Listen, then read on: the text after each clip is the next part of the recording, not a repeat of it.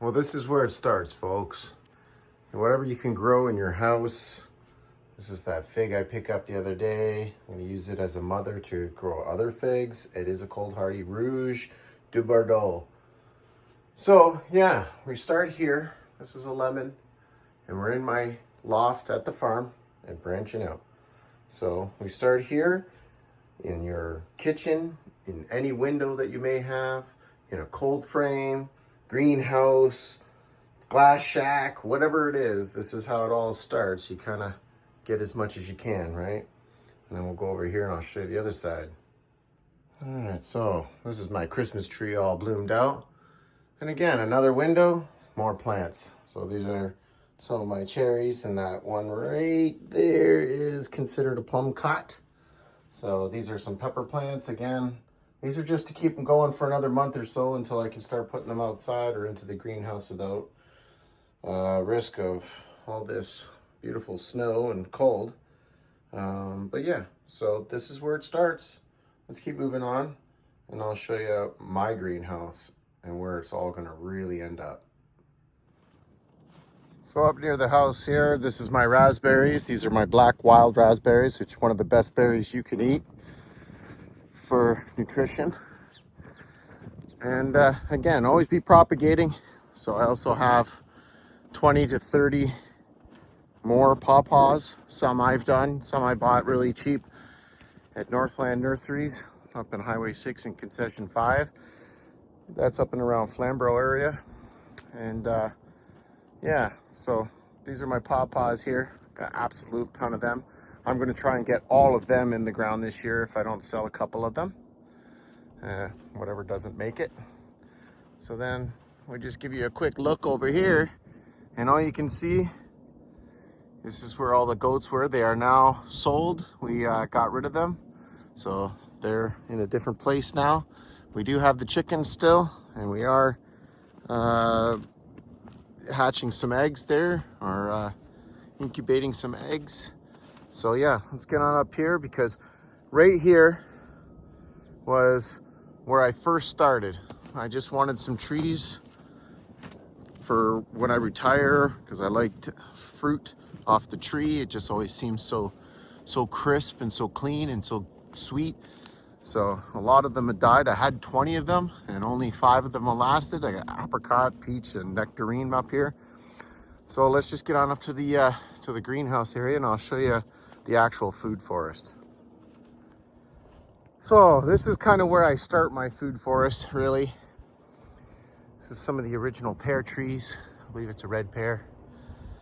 And up near the greenhouse here, I've always wanted weeping mulberries. So I have 2 weeping mulberries kind of decorating my greenhouse. And this is the other quince I have. I had 3. 2 are in the ground.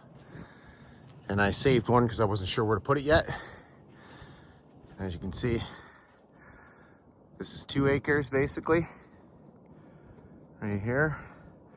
Right up to the first tree line there. If you've been following some of my videos, you'll know that I've been clearing out that tree line, getting it ready for spring.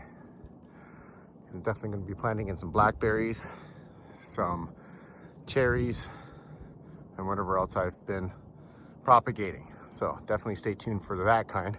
And my ponds, all nice and frozen. Gonna get in there while it's still frozen and cut down some of those reeds. We'll get a little closer in a minute. So this is what I call an emergency food. This is a rose hip. I don't eat rose hips very often. I mean, I've tried them. They're okay. But yeah, it's a nice little bush there. And they grow pretty wild around here, so I can steal them and transplant them anytime I want. And again, this is what I call the center pear, which is right there in the middle. And there'll be a nice little line right along that fence there. Got an apple over there.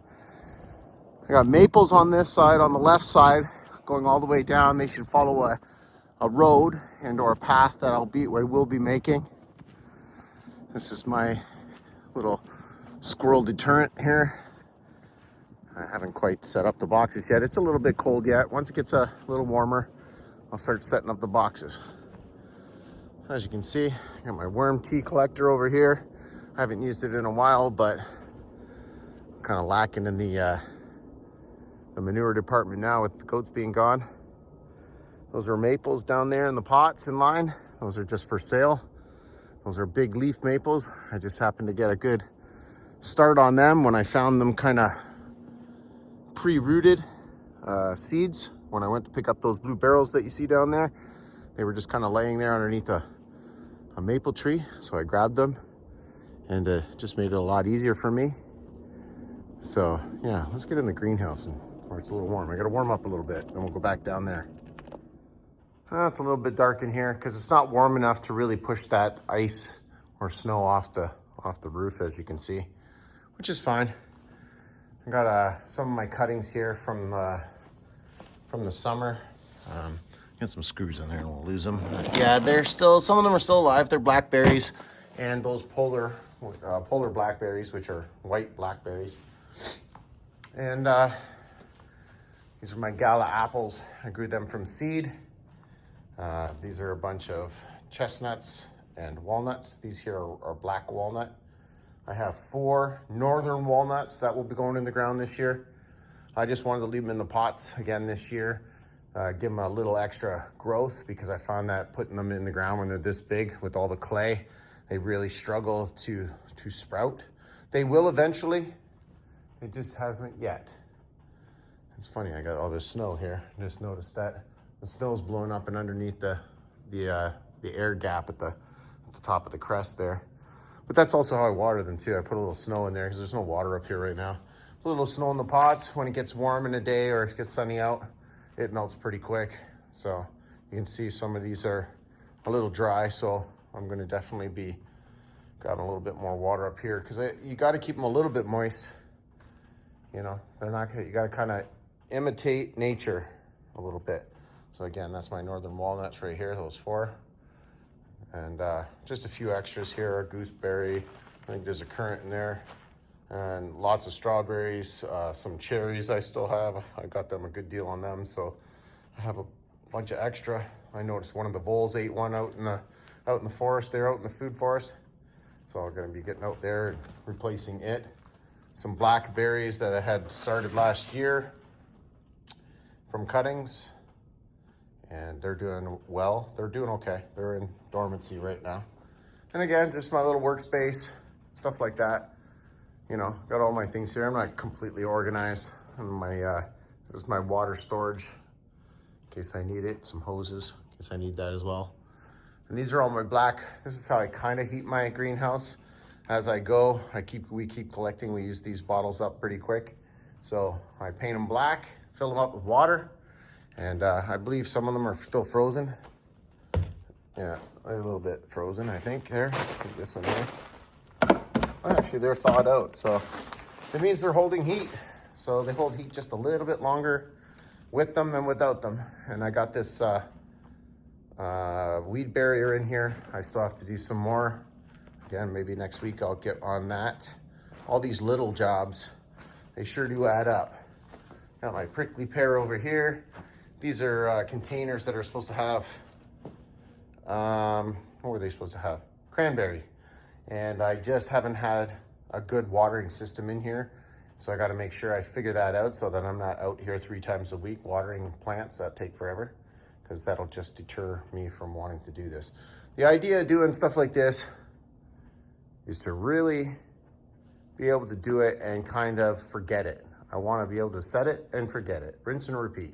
And then that's all I want to do. I want to let it grow on its own. Come in, do a little trimming here, a little trimming there, a little taste testing there. And that's about it, really. Here's my boxes here for my air prune boxes here for the anti-squirrel cage. So that's just a start. And we just keep building up. This has been 4, it'll be 5, this will be my 5th summer this year. And we're just building up every year, a little bit more, a little bit more. I got many plants at home as well. I have another home that's in Hamilton. And I have more cherries and a few other plants that I've been growing. A few Fuji apples I've been starting recently. I got lucky when I plucked the seeds out, they were already pre-sprouted.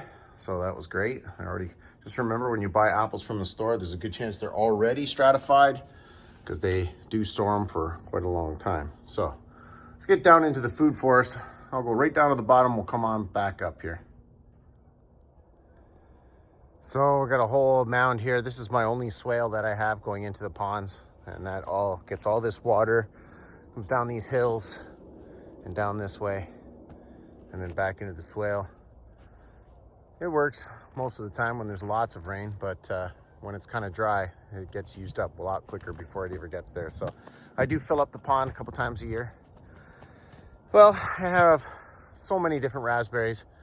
Unfortunately, I'm not really good at labeling things. So I can tell you that, you know, there's apples, cherries, peaches, plums, nectarines, and all that other good stuff. I got some of my grape trellis here, which is doing really well did really well this year, and it's just getting better. This is a nectarine. It's one of the best trees growing on this property right now. This is one of my best ones. It's already been pre-pruned. And we'll be keeping them at a semi-easy working level so that I can reach the fruit, for crying out loud. I don't want to be climbing ladders. The more ladders you grow or climb, more chances are you're going to get hurt. And this is another guild here. Again, plum. And I believe that is, shoot, I forget which one that is. I think that's a peach right there. So, and we got some elderberry in that little tomato cage. Pawpaw beside it. Those are Hazcaps over there. Those 4 right there, Hazcaps. In the middle is another apple. I can't remember which one it is. Got my composting right here. And I use that stuff quite often, actually, as filler. I try to build it up, but I just don't have enough material to build up. This is the left side of the property right here where all the maples go. Original apple tree right here, which is a Mac, I believe, and another pear. And that was one of my first mistakes when I did my pruning, is I thought pruning all the stuff in the middle and letting the tops grow was the best way. And I was wrong. So don't do that, folks. Don't do that. So learn from my mistakes. So again, we got another mature pear right here. Man, that thing's got to be at least 50 years old. And then I got my small, another guild here. That's got another apple. I believe this is the one Fuji apple that did get knocked down. That's why it's staked up. I don't like staking trees, but you kind of have to do what you got to do. That's all there is to it. There's have no excuses. And then we got another peach beside it, and then right along the side there, those little weed thingies right there, those are Jerusalem artichokes, also known as fartichokes. And then we have my garden section here. This is just whatever I put in for vegetables. I don't use it very often. I don't concentrate on vegetables. I mostly concentrate on the fruit. Some of my these are what I call my raised hugel culture raised beds right here. I know some people want to argue with me or whatever, but that's fine. It's just layered. Like, there's some clay in the bottom, there's some stones, some wood in there, a lot of chunks, some soil, some topsoil. These are actually my strawberries, my everbearings right here. And I haven't figured out what I'm going to do with the other 2 sets, but they're there and ready to go whenever I want to put whatever I want to put in there. One of them, I definitely want to put one of my sapphire grapes, which I'm still trying to sprout. I'm having a heck of a time trying to get them to root so that I can start growing grapes, the long finger type. Over here, this is the mystery pear tree. We don't now know it's a pear after I gave it a good topping. It started shooting out pears. So I wasn't sure what it was, but it did look like a fruit tree, so I left it. And then this is my wild asparagus. And down over here, and you can see that little cage again, that's another pawpaw. And yeah, again, maples on the left side. There's nut trees on the right side. So I kind of like it. The nuts need an acidic ground. I don't want them mixing in with my, I don't want them to compete with the fruit trees. So then over here, that's a mulberry, one of the easier plants to propagate from cutting. Mulberry, fig tree, and grape. Those are the 3 I can most suggest to definitely duplicate. We got our Santa Rosa plum here. I don't know, she's looking a little rough there. I don't know what's going on with that, but we'll see what happens in the spring. Again, there's another one there that died off, but grew another branch out of it. and then just let it go. So hopefully we'll get that back. The cherries have come a long way. These are some of the first trees I put in, second trees I put in, and they're doing okay. They do need a little pruning here and there. This one obviously is a little bit long. I was trying to do some air layering, which I'll get back to again this year. And then I call this the big pear, mama pear. She needs a little bit of, as you can see, so some of the water sprouts from last year are still there. I just haven't had the time to get out there and cut them off, trim it down a little bit, and then it's got one beside it. But I did a huge hard prune on that a couple years ago. You can check out that video. It's actually worked pretty well for me. And this year I should get a good bumper crop for sure, because I didn't get much last year, so this year for sure. Again, on this side, another line. This is where the road is actually coming through, and then back up to the left side like that. So this is on the left side of this road. And again, I have a few different things in here. That's a pear, I believe. That's a Shiro plum. Another raspberry, I think. Another apple, I believe that's an apple.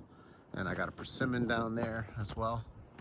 And then we'll just take a look over here. I'm not gonna cross the creek right now, but you can see I've done some work over here and I found some apples and pear trees. When I was just walking around, I could see them and I was like, wow, I forgot they were even there. They were way overgrown. So I had done a serious prune on a lot of them. Yes, I did deadhead a lot of them and I let the sprouts grow, and I'm gonna try and train those sprouts out. Now, some people say I can't do that, but you know, proof's in the pudding, right? I've already done it and it's coming along nicely. So we'll be working on that through the summer. So definitely stay tuned for that. Got our walnuts here. Got a bunch of black walnuts that kind of grow naturally on the property here. This was a peach, I believe, that died and kind of sprouted something from the bottom. I don't know if it's coming from the rootstock or not, but I just let it grow. I have no reason until I have something to replace it with. This is where I get my water from, down in here. There's a little waterfall down there that keeps it deep enough so I can suck enough water out of it. So again, more walnuts. More walnuts. I forget what this is. I think it was a cherry. Again, it died just kind of like that peach did, and then sprouted something up from the bottom. So I'm just gonna let it go, and I will, maybe this year it looks big enough. At the end of this season, I might chop it, the top off anyways, right about here, to kind of allow a lot of the sprouting to go outward into that vase look. Again, these stakes are here because it's just kind of for visual, so I know where the lines are, so I can kind of, as you can see, they kind of go straight down, you know. And over here there's a couple, so there's always tree bush, and on the other side it's the opposite, and that's just to help get the maximum amount of light from the sun that comes. So we're facing south right now, and we get the maximum light coming from the east all over to the west. So it kind of changes a little bit of direction in the winter time, but it basically does east to west no matter what. It goes east to west, but it's on a different angle. But we get plenty of light. So you can see my greenhouse up there and all those totes. 24,000 liters of water I collect off the roof, and then I use it when we have a drought. Now this year we were so good with the rain, there was no real drought, so I didn't have to worry about it much. So I just kind of used it for the garden or the hill. So I call that Berry Hill over there. These are my first chestnuts that I bought. This here is a graft, and I think there's two, well, I had to get two different kinds, right? So you need a cross so they can cross-pollinate. They're doing okay. I staked this one up because it was really bad shape. I just wanted it to be a lot more straight. I don't want to be growing crooked trees because it just takes up a lot of space. Again, I have a lot more chestnuts and or pecans coming. I have bare root, pecans, bare root, hazelnuts. They'll come in here, and the nuts are gonna go all along the side, what I call the right side of the property. And yeah, so this is our shade. This is my shade tree right here. I just use this as shade, so I cut all the, it's a hawthorn, or excuse me, a buckthorn. And it's a horrible thorny tree, but it's great to park under sometimes in the summer when you need a little break. Again, a couple more guilds here. There's one of the lines there. It goes straight towards the towards the raised bed there. This is a horseshoe guild right here. This thing goes all the way around. And I got everything in here. Service berry, peach, Shiro plum. This is where my polar berry is. Can't remember exactly everything. I have to wait for them to grow to remember. I got some free trees here that's kind of struggling. This is a little pear tree. Over here I think is a little cherry. Same thing, I got it for free because it was struggling. Boysenberry. I got every kind of raspberry and berry you can think of. These are my vines here. These are my cold hardy kiwis, which I can't wait to try one of them when they finally get to maturity. Another weeping mulberry, which I'm hoping will come back this year. It didn't do very well. I didn't get enough water, but it still looks alive, so let's hope it comes back. My biggest blackberry right here. Again, the grapes and blueberries. Definitely have all of that over here. So then we just cross over here and we get into our pond. This is my pond. I have goldfish in here. For years I thought they had all died off, and then I went to fill it up one day and they just loved the splashing, and I found out that I had dozens and dozens of fish, and in some places they're quite large. So I got like a good 6-inch goldfish in there somewhere. But yeah, as you can see, I got another one over here. This is a pecan. I may dig that up and move it. I don't know if I might want to change this a little bit. So yeah, things are definitely changing. I don't remember this being so short. Yeah, and we have daffodils and flowers. I got so many wildflowers from the CD Saturday from the Hamilton Library. I got free everything. So every kind of wildflower and native flower you can think of, I pretty much got it now. So we're gonna try and propagate some of them and get the flowers rocking, because we definitely need the pollinators. We want pollination. Over here,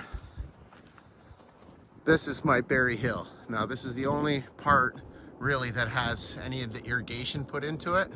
And it's just a valve that you open and it floods down the hill. And I have caps, blackberries, blueberries, more caps, those dwarf cherries, and these are wild raspberries here. The first set and the next set right there, the next bed, that's what I use for squash, pumpkin, you name it, whatever I can grow in there. In the summer, I don't spend a lot of time taking care of it, so they don't grow very well.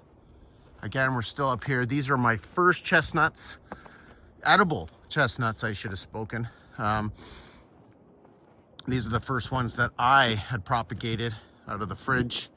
I bought the nut and grew the trees myself, but you can see they kind of struggle a little bit because the ground's kind of hard, a little harsh out here, and the rabbits come in and nip off the tops. Yeah, so then we get back here and we're back to the pear tree again. So it's quite a nice walk. It's a beautiful day.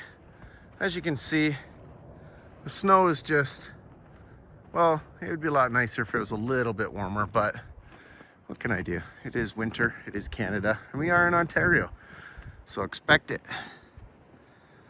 That's one of my maple trees that I had stolen from my cousin's place. Well, stolen as in he let me take a couple and transplanted them, and they've done really nice there. My recommendation though, growing maples, grow them on top of a skid so they air prune themselves. Otherwise that top root's gonna come out and get into that ground, and that could mess up your tree. So far, I've been lucky. But yeah, that's about it. There's the greenhouse. Yeah, and that's about it. This is Branching Out Farm, signing off. Stay safe. See you next week. Okay, so I had a friend that commented on my last video there wanting to know how this hydrator works.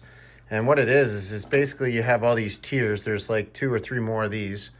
And you put your seeds in there, and they have grooves in the top like so that they don't contact directly with the water. And then what you do is you put the water in the bottom, and as the sun reflects on this, or it gets warm enough in here, it gets humid, and then it comes up through that little port over here and adds humidity to the seeds, and then eventually they should be moist enough that they should sprout.